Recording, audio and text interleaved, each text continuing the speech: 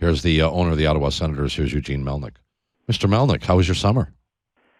Busy, Bob. It was absolutely not. It was actually nonstop. I didn't have a lot of time to rest, and just going from one place to another, and it was great though. It's fun. I'm totally exhausted, but that's what summers are for. Well, no, but you're supposed to wind down during the summer, Melnyk. What's the matter with you? I understand that, but sometimes the gods don't line up in the right way, and I end up working twice as hard as I do during hockey season, which isn't all bad.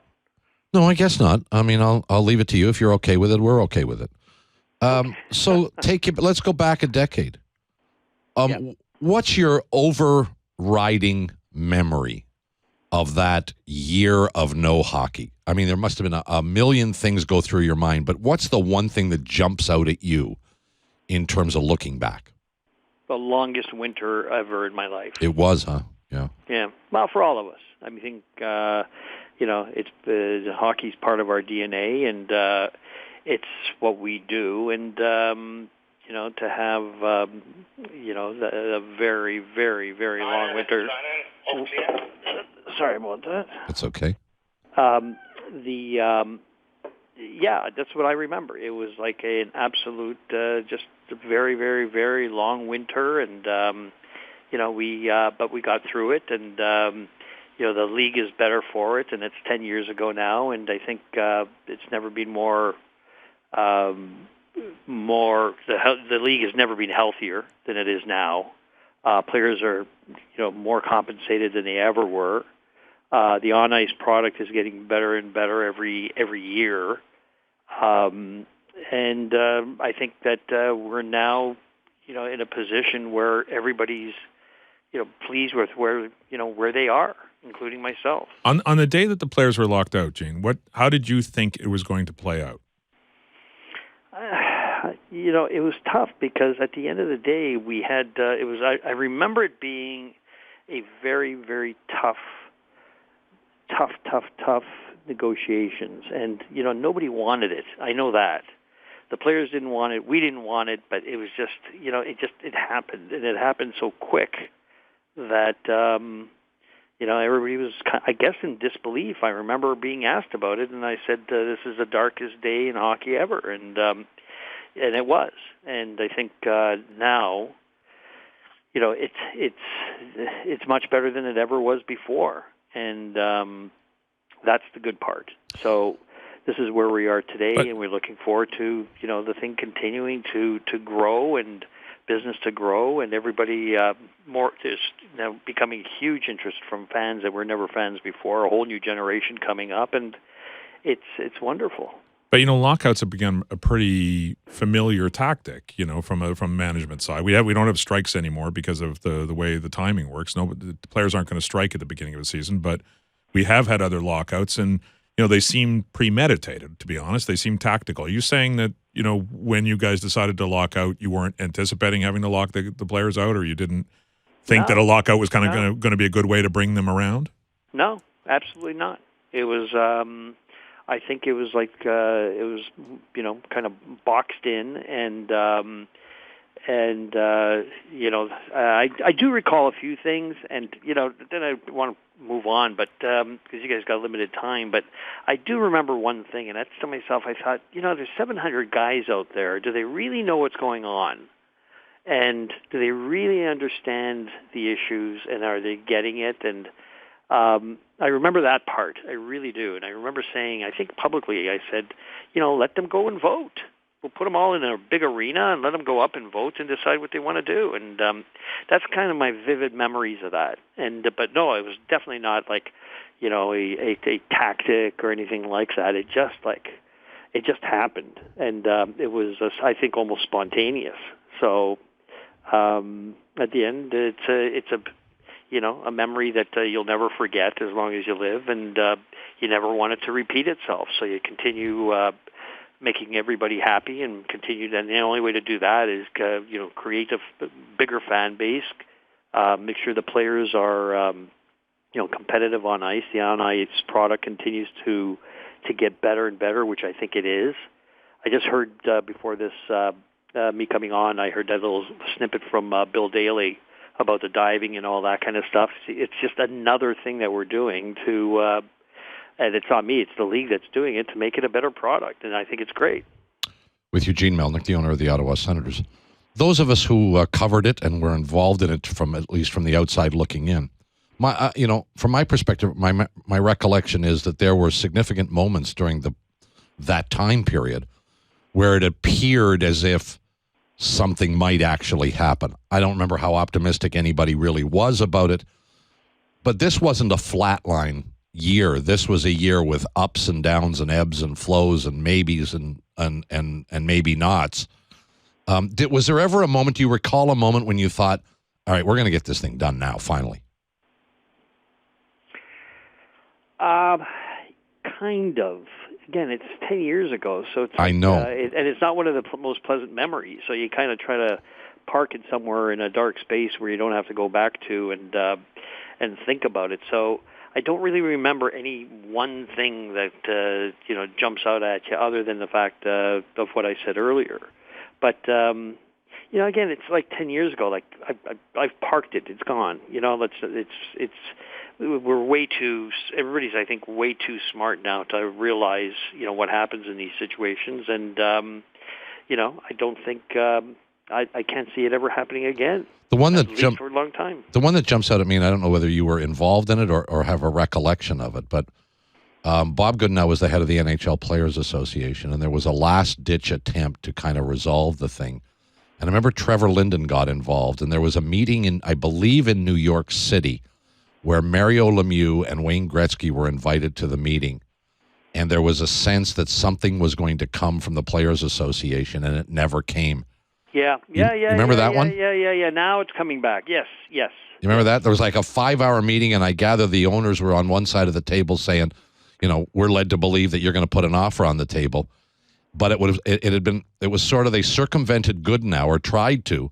He found out about it the night before, put the kibosh on it, and everybody kind of just sat there and looked at each other, and nobody wanted to say what we all thought was going to get said, which was there was a deal on the table, and I think the number that they came back with was going to be $45 million cap, and the league was probably going to take it at 45. I remember where I was. Remember that? 40. Yeah. I remember that. And what's interesting in retrospect, Gene, is that the league was prepared to take 45 at that point if the Players Association had only put it on the table. And if you go back and look at it, the cap wound up at 39. I know. They just wouldn't open their mouths and do it.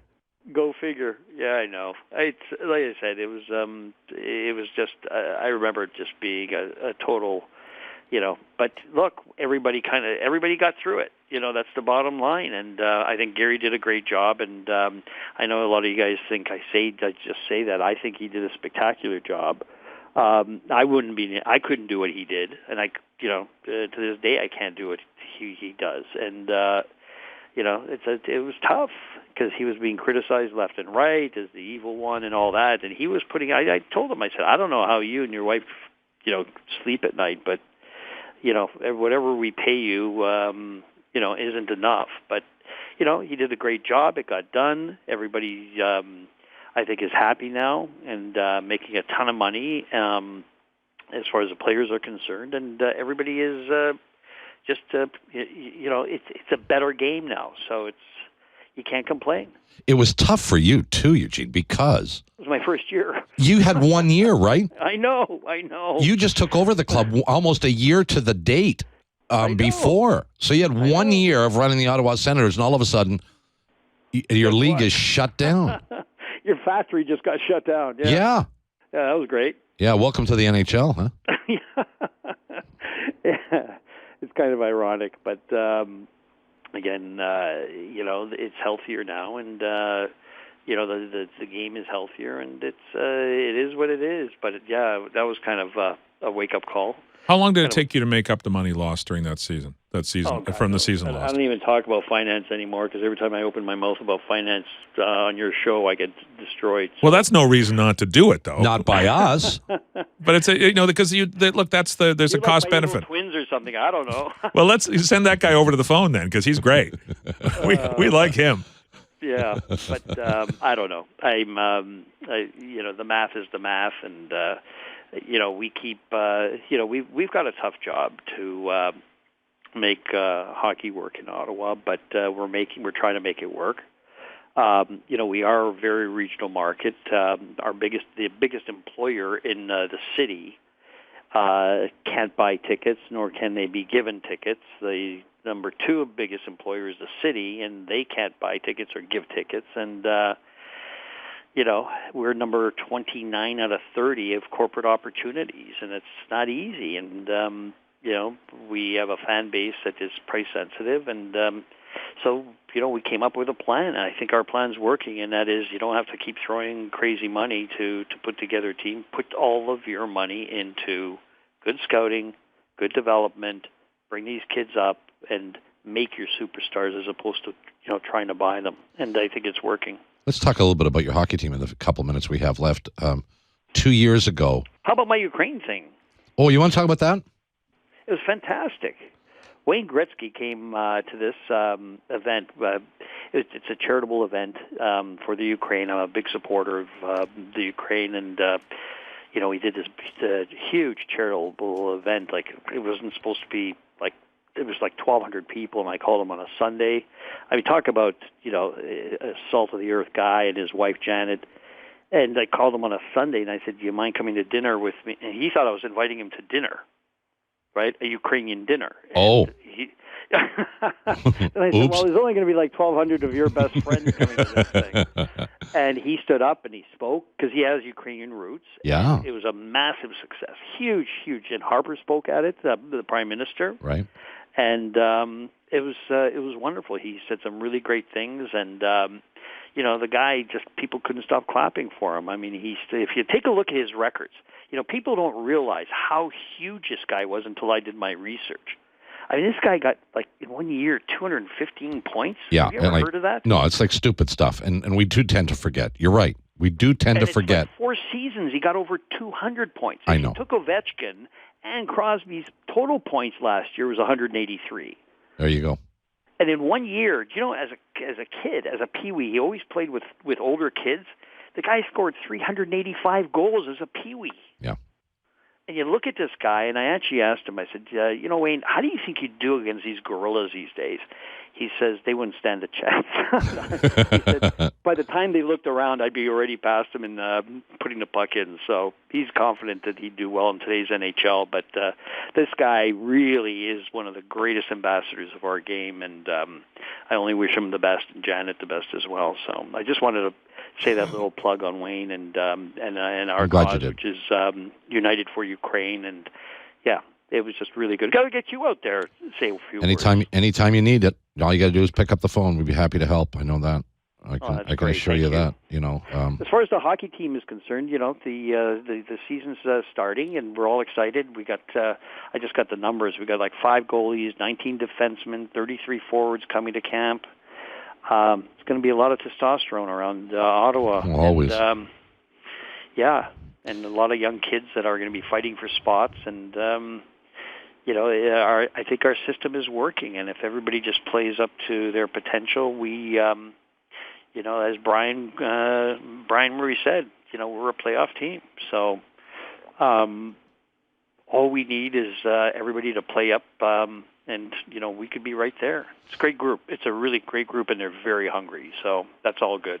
2 years ago, you thought you had a rebuilding program that you were kind of at the early stages of, and your team turned out to be a lot better than almost anybody thought, including you by your own acknowledgement on this program on a couple of occasions. How was it to watch the team at least temporarily take a step backwards last year instead of a step forward? That was hard. I think it was very, very hard because nobody expected it. We expected to be, I think everybody did. And, everybody's had a long, long summer to try to figure out, what in God's name happened.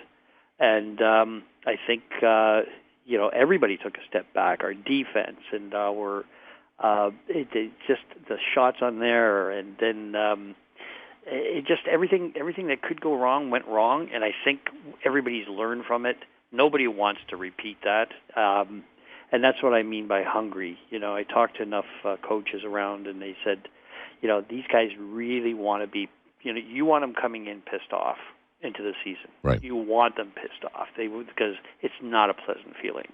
So they're going to go. I think we'll get everything we want out of them, and barring unforeseen injuries, we are deep everywhere. We got too many players that we will be able to trade if we need to. Not that we want to, but if we have to, we just got too many great talents, and I'm prepared to spend a lot more money if we were competitive, and if that makes the difference going deep into the playoffs, it makes it all worthwhile. So I'm there for it. I'm ready to spend the money. It just we need to spend it smart. That's all. I know that ticket sales are always an issue in Ottawa. At least getting to sellouts. In relative terms, where do you sit right now, and are you happy with where you sit in terms of ticket sales? I think we're getting there. We, I think all of the NHL, the trend is moving towards, and you can go through a lot of the teams' arenas. We're doing a huge refurbishment, like $10 million or whatever it is, to shrink the arena and turn it into like a lot of clubs and stuff that people can actually entertain themselves, because you don't need. What's the point of having 20,000 seats if you only fill 19? You might as well have 17, 18, like Winnipeg, and sell out every night. Yeah, so if that. We're moving that way, and we are going to spend the next year refurbishing a lot of the great sections and shrink it a little bit, but that will create all sorts of demand, and I think we'll do. But look, if you've got a winning team, and I think a lot of cities are like that, they rally behind it, Yep. and you're sold out all the time. If you don't, they just sit there and say, you know what, I'll stay at home because I got it's easier for me to take the pain at home. So you're actually going to pull your capacity down though, because you have a big rink there to start with. So you're going to. We got the second biggest rink in Canada. It's huge. It was way overbuilt. We got way too many suites, and we recognize that. I wasn't involved in that thing because that was 20 plus years ago. But now we're spending the money to build these. And again, they've done it in Tampa very successfully. They're doing it in other cities, and we've seen them do it where they have these kind of like lounge areas. Yeah. Yeah, and that's become very, very popular. So you're still going to get people you're going to have people, but it's now become an entertainment type of place to go to, and all of that helps. So it's going to be the sight lines. We still, I think, have the best sight lines in any arena in the league. We have our boxes are the lowest of anyone in the league, meaning like we're 23 rows up, and it just needs some tweaking to the configuration. That's all. And we've pretty much fixed the traffic problems that they had out there. We're looking for. It's going to be fine. I mean, we're going to be okay, but you can always do better, and that's what we're going to try to do. Well, we'll come and see you during the season, and I hope you do. If you need any help, all you got to do is pick up the phone. You know that. All right. United for Ukraine. I really appreciate you saying that. Happy to help. Okay. Thank you, Mr. Melnyk. Care. We'll see you soon. Eugene Melnyk, the owner of the Ottawa Senators.